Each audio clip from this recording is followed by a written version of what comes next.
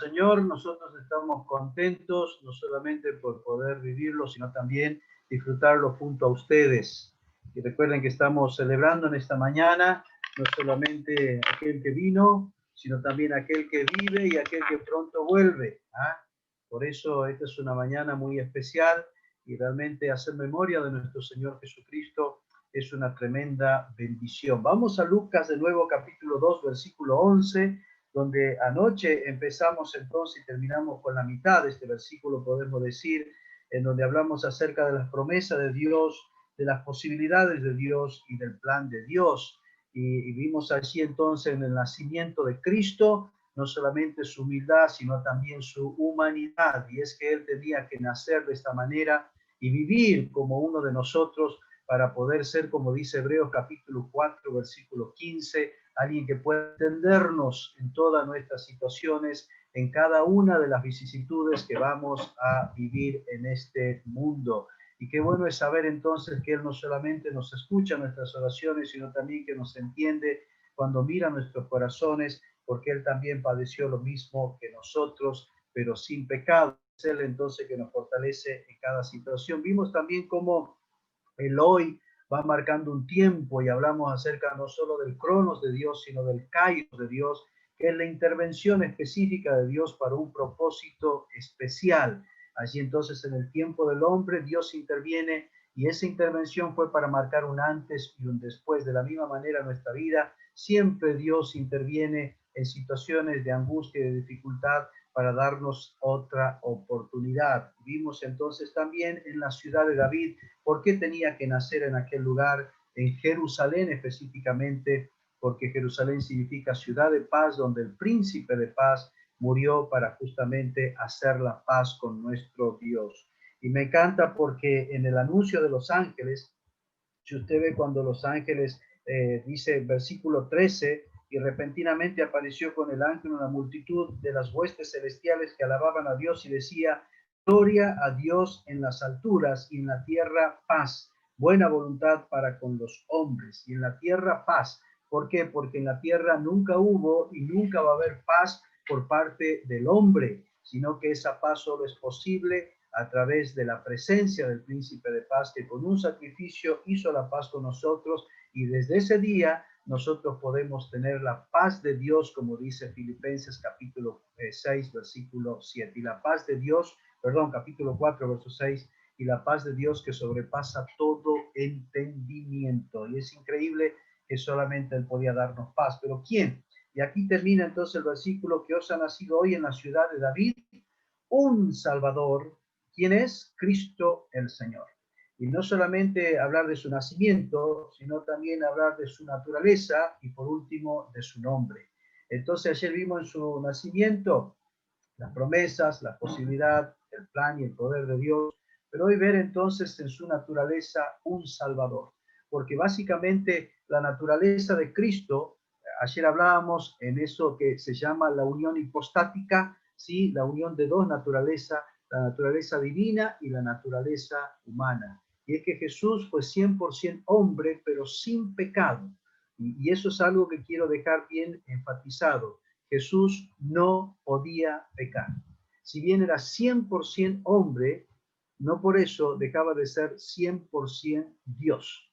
Y entonces en su naturaleza divina, él no podía pecar. Por eso dice la Biblia que fue tentado en todo, pero sin pecado, porque él debía ser entonces un salvador en cuanto a su santidad. Y esa santidad tenía que ser perfecta para poder entonces ser el único sacrificio aceptado por Dios. Por eso cuando pensamos en su naturaleza y pensamos en un Salvador, pensamos en primer lugar entonces en lo que es su pureza, porque realmente Él debía ser puro, santo, sin mancha y sin contaminación, como Pedro habla allí en su segunda carta, capítulo 1, versículo 18 y 19, ¿sí? Aquel cordero sin mancha y sin contaminación.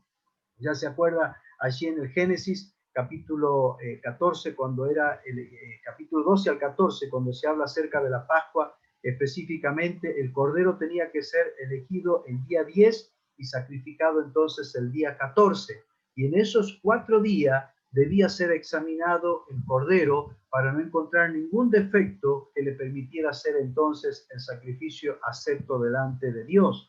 De la misma manera, recordemos que Cristo fue examinado por 4 juicios: Anás, Caifás, Pilato y Herodes. Y dice que ninguno encontró nada de qué acusarle al Señor ni de qué señalarlo. ¿Por qué? Porque ese cordero, provisto por Dios, como Juan nos dice en el capítulo 1 de su Evangelio, versículo 29, he aquí el Cordero de Dios, ¿sí? El Cordero era la provisión perfecta de Dios para hacer un solo sacrificio. Y ese sacrificio tenía que ser entonces hecho por alguien sin mancha y sin contaminación. Un Salvador nos habla de un solo sacrificio, porque en ese solo sacrificio Cristo iba a derramar su sangre, no la sangre de muchos machos cabríos ya de ahí en adelante, sino su sola sangre. Vamos allí a Hebreos, por favor, capítulo 9, para que entendamos este concepto. Capítulo 9, versículo 11. Un solo sacrificio y un cordero santo, puro y sin mancha, pero también un solo sacrificio en donde debía haber un solo y único y último derramamiento de sangre. Un último derramamiento de sangre. Sangre preciosa, pero sobre todo sangre eficaz. Fíjense en capítulo 9 de Hebreos, versículo 11, pero estando ya presente Cristo, sumo sacerdote de los bienes venideros por el más santo y más perfecto tabernáculo no hecho de manos, es decir, no de esta creación, y no por sangre de machos cabríos ni de becerros, sino por su propia sangre, entró una vez y para siempre en el lugar santísimo, habiendo obtenido eterna redención, habiendo obtenido eterna redención. Solo la sangre de Cristo pudo entonces obtener esta eterna redención, una eterna propiciación, porque la sangre de Cristo aplacó la justa ira y la justa demanda de Dios que pesaba sobre nuestras vidas a causa de nuestro pecado. Por eso cuando habla aquí el anuncio del ángel, un Salvador, es aquel Salvador que fue un solo sacrificio, que derramó una sola sangre una vez y para siempre, para que nosotros podamos tener eterna redención, eterna salvación. Pero también ese un Salvador habla de un solo y un único sacerdote, ¿sí? Porque allí entonces nos habla en el versículo 11, fíjense en el mismo versículo que leímos, pero estando ya presente Cristo, sumo sacerdote de los bienes venideros. Y si nosotros vamos a disfrutar de bienes venideros, mire, aquí no se nos especifica, pero realmente cuando uno lee las escrituras de todo lo que ya tenemos en Cristo y de todo lo que vamos a disfrutar en Cristo, entendemos que es por ese sacrificio y ese sacerdocio que es perpetuo, que es permanente por nosotros en el cielo. En el capítulo 9, versículo 26, también habla entonces del sacerdocio de Cristo y dice: de otra manera le hubiera sido necesario padecer muchas veces desde el principio del mundo, pero ahora en la consumación de los siglos se presentó una vez y para siempre por el sacrificio de sí mismo para quitar del medio el pecado. Y ese presentarse por nosotros en su sacerdocio perfecto y perpetuo es para quitar del medio aquello que nos impedía el acceso a nuestro Dios, como es el pecado. Por eso, hermanos queridos, cuando nosotros escuchamos una vez más un Salvador, entendemos que es único, único por su sacrificio, único por su sangre y único también por su sacerdocio. Y cuando nosotros terminamos el versículo meditando en los nombres, que es Cristo el Señor, fíjense cómo termina el versículo: un Salvador que es Cristo, porque Él es el sacrificio enviado por el cielo, decidido en la eternidad, dispuesto así por la Trinidad, y entonces en el Señor Jesucristo fue el que dio este paso. Volvamos a Hebreos. Siempre me encanta el libro de Hebreos porque habla acerca de este diálogo en la eternidad. Es interesante que el autor hace mención a lo escrito en el Salmo 40, versículo 6 al 8, pero dice desde el versículo 2, dice así: de otra manera, capítulo 10 de Hebreo, verso 2, de otra manera, cesarían de ofrecerse pues lo que atributan este culto limpios una vez, no tendrían ya más conciencia de pecado. Pero en estos sacrificios cada año se hace memoria de los pecados, porque la sangre de los toros y de los machos cabríos, escuchen bien, no pueden quitar los pecados. Por lo cual, entrando en el mundo, dice, sacrificio y ofrenda no quisiste, mas me preparaste cuerpo. Holocausto y expiaciones por el pecado no te agradaron. Entonces dije, hablando el Hijo con el Padre, he aquí que vengo, Dios, para hacer tu voluntad, como en el rollo del libro está escrito de mí, diciendo primero sacrificio y ofrenda y holocausto y expiaciones por el pecado no quisiste, y te agradaron, las cuales cosas se ofrecen según la ley, y diciendo luego, he aquí que vengo, Dios, para hacer tu voluntad. Quítalo primero para establecer esto último. En esa voluntad somos sacrificados mediante la ofrenda del cuerpo de Jesucristo, hecha una vez y para siempre. Y qué hermoso es que Cristo decidió venir a morir en este mundo por nosotros. Y el Padre lo envía y hace su aparición a través de este nacimiento que nosotros hoy celebramos, que hoy conmemoramos, que hoy recordamos con gozo y con gratitud. Pero que es Cristo el Señor, aquel que entonces hoy reina, como dice Filipenses capítulo 2, le dio un nombre que es sobre todo nombre, para que en el nombre de Jesús se doble toda rodilla de los que están en los cielos y en la tierra, y toda lengua confiese que Jesús es el Señor, para gloria de Dios Padre. Pero mirando el nombre de Cristo y del Señor, quiero decir que también es único, como lo es el Salvador. Y cuando hablo de único, hablo de unicidad, que no hay otro ni va a haber otro. Por eso dice que os ha nacido hoy en la ciudad de David un Salvador que es, y aquí el verbo está en un presente continuo, en un presente perfecto. No va a haber otro. Y esto termino reflexionando con ustedes, hermanos, antes de participar de los símbolos, que al ser un solo Salvador, que ofreció un solo sacrificio y derramó una sola sangre eficaz para siempre, porque solo la sangre de Cristo nos limpia de todo pecado, y al ser el único sacerdote, a nosotros entonces nos pone en la situación de entender que Cristo es el único, escuche bien por favor, es el único mediador entonces que tenemos entre Dios y los hombres. En 1 Timoteo capítulo 2, versículo 5, dice de la siguiente manera, que este solo Salvador, un Salvador, es el único mediador. Por eso dice en 1 Timoteo 2:5, porque hay un solo Dios y un solo mediador entre Dios y los hombres. ¿Quién es? Jesucristo hombre. Jesucristo hombre. Cuando nosotros entendemos esto, podemos entonces reflexionar en un hombre que realmente no tuvo este privilegio. Si va a Job capítulo 9, versículo 33, allí Job en una de sus declaraciones dice, no hay entre nosotros árbitro que pueda mediar entre tú y yo, hablando con Dios. No hubo un mediador, no hubo un árbitro que pudiera conciliar, según el pensamiento de Job, a él con Dios. Nosotros sí lo tenemos en Cristo. Y es el único que vino para mediar entre el hombre y Dios. No va a haber otro. Por eso cuando nosotros nos encontramos ante la realidad de la gran comisión, que no es la gran omisión, entendemos que predicar a Cristo es anunciar al único que vino entonces para poder reconciliarnos con Dios, porque es el único mediador, es el único que puede pararse entre nosotros y Dios para llegar entonces a un acuerdo.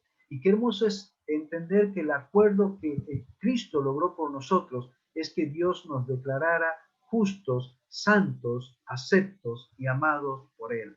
Cuando nosotros estábamos en una condición totalmente depravada y de condenación eterna, Él entonces se puso en el medio para reconciliarnos con Dios.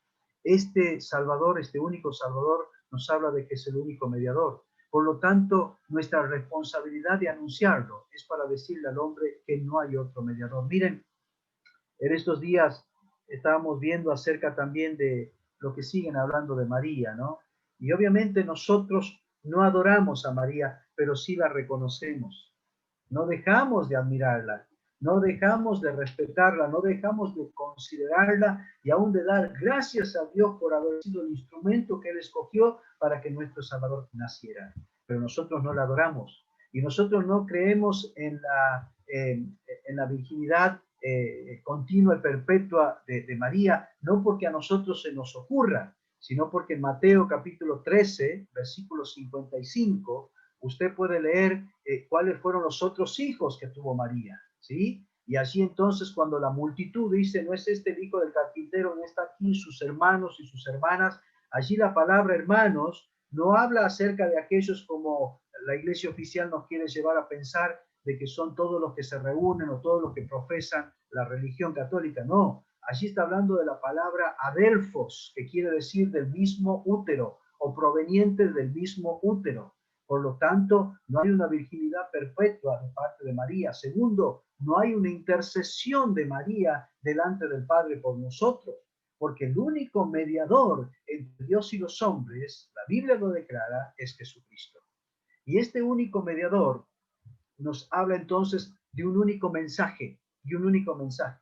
No solamente es un único mediador, sino también que nos habla de un único mensaje a través del cual nosotros lo proclamamos. Cuando Pablo le habla a la iglesia en Galacia, le está diciendo, capítulo 1 de Gálatas, versículos 6 al 8, ¿sí? De que estaba sorprendido de que tan pronto se hubiesen alejado del verdadero mensaje para seguir un evangelio diferente. Y dice, no es que haya otro diferente, sino que hay algunos que quieren pervertirlo. Y allí entonces en el verso 8 dice que si algunos anunciare otro evangelio distinto al que yo os he anunciado, sea anatema, o sea, maldito de parte de Dios. Y esto tenemos que tenerlo bien en cuenta, hermanos queridos, porque cada domingo nosotros no solamente estamos hablando de un único Salvador, sino también de un único mediador, y estamos anunciando un único mensaje. En la cena del Señor, alguien dijo que es la mejor reunión de predicación para llevar a nuestros amigos, porque estamos hablando justamente de ese mensaje que nos alcanzó a nosotros y que también debe ser predicado y proclamado para todas las personas, porque no hay otro mensaje, no hay otro mensaje, solo el Evangelio de Cristo habla justamente acerca de este mediador. Y sabe, en estos días creo que nosotros somos justamente motivados para anunciar este mensaje de salvación a nuestros amigos, familiares y vecinos. Hermanos, estos son días propicios para hablar acerca del mensaje de salvación. Recuerde cómo hemos aprendido juntos acerca de los 3 círculos. Y ha sido el método que venimos usando como familia, y es impresionante ver cómo este mensaje sencillo del Evangelio, a través de este método como de otros métodos, puede ser anunciado, y cómo el mensaje sigue siendo, como dice en Romanos capítulo 1, verso 16, poder de Dios que cambia y transforma las vidas. Este único mediador anunciado a través de este único mensaje, termino diciendo que viene hablando de la única manera en que el hombre puede ser reconciliado con Dios. Jesucristo dijo en San Juan capítulo 14, verso 6, yo soy el camino, la verdad y la vida. Y termina así, nadie viene al Padre sino por mí. Este único mediador, que es presentado a través de un solo mensaje, habla acerca de una sola manera que el hombre puede llegar a Dios, y es a través de Cristo y la fe puesta en su nombre. Ese Cristo que murió, ese Cristo que resucitó y ese Cristo que pronto regresa. Por eso nuestros amigos tienen la única posibilidad de reconocerle en este mundo a Jesucristo como su Salvador, porque si no un día va a ser tarde cuando lo tengan que reconocer como el Señor, pero ese día va a ser demasiado tarde, porque ese Señor tiene una sola sentencia a todos los que le rechazaron en este tiempo, que es la condenación eterna. Por eso el tiempo que nos queda es único, queridos hermanos. Celebremos en esta mañana a este solo Salvador, que hizo un solo sacrificio y que derramó su única sangre, y que hoy es nuestro sumo sacerdote, para esos bienes eternos que ya disfrutamos y que un día vamos a disfrutar juntos por la eternidad. Pero mientras nosotros le recordamos, también recordemos que este Salvador es el único mediador, que lo podemos presentar a través de un solo mensaje, para que el hombre entienda que hay una sola manera de reconciliarse con Dios, y que es a través de la persona de Jesucristo. Padre, gracias por esta mañana, gracias por este tiempo con mis amados hermanos, gracias por hacer memoria de nuestro Señor Jesucristo, ese Salvador que fue anunciado, un Salvador que ofreció un solo sacrificio una vez y para siempre. Ya no hay más cordero, ya no hay más altar, ya no hay más sacrificio, porque el Cordero de Dios, nuestro sustituto, se ofreció una vez y para siempre, cargando en su cuerpo sobre el madero nuestros pecados, para que nosotros, muertos a la justicia, vivamos hoy para ti, oh nuestro Dios. Gracias porque ese Cordero derramó una sola vez su sangre preciosa, sangre eficaz. Por eso la Biblia atestigua que solo la sangre de Jesucristo, su Hijo, nos limpia de todo pecado. Y porque Él murió y resucitó, hoy está a la diestra tuya, oh Dios, siendo nuestro sumo sacerdote, ministrando por nosotros e intercediendo por nosotros por la eternidad. Por eso en esta mañana nos disponemos a tomar de los símbolos con gozo y con gratitud, recordando en el pan ese sacrificio que nuestro Señor hizo, cargando allí en su cuerpo, en el madero, cada uno y todos nuestros pecados. Y Él sufrió allí lo que nosotros debíamos sufrir por amor a nuestras vidas. Por eso tomamos este pan haciendo memoria de Él y con profunda gratitud y adoración en nuestros corazones. Te alabamos, Padre, a nuestro Señor Jesucristo. A Él sea la gloria por los siglos de los siglos. Amén.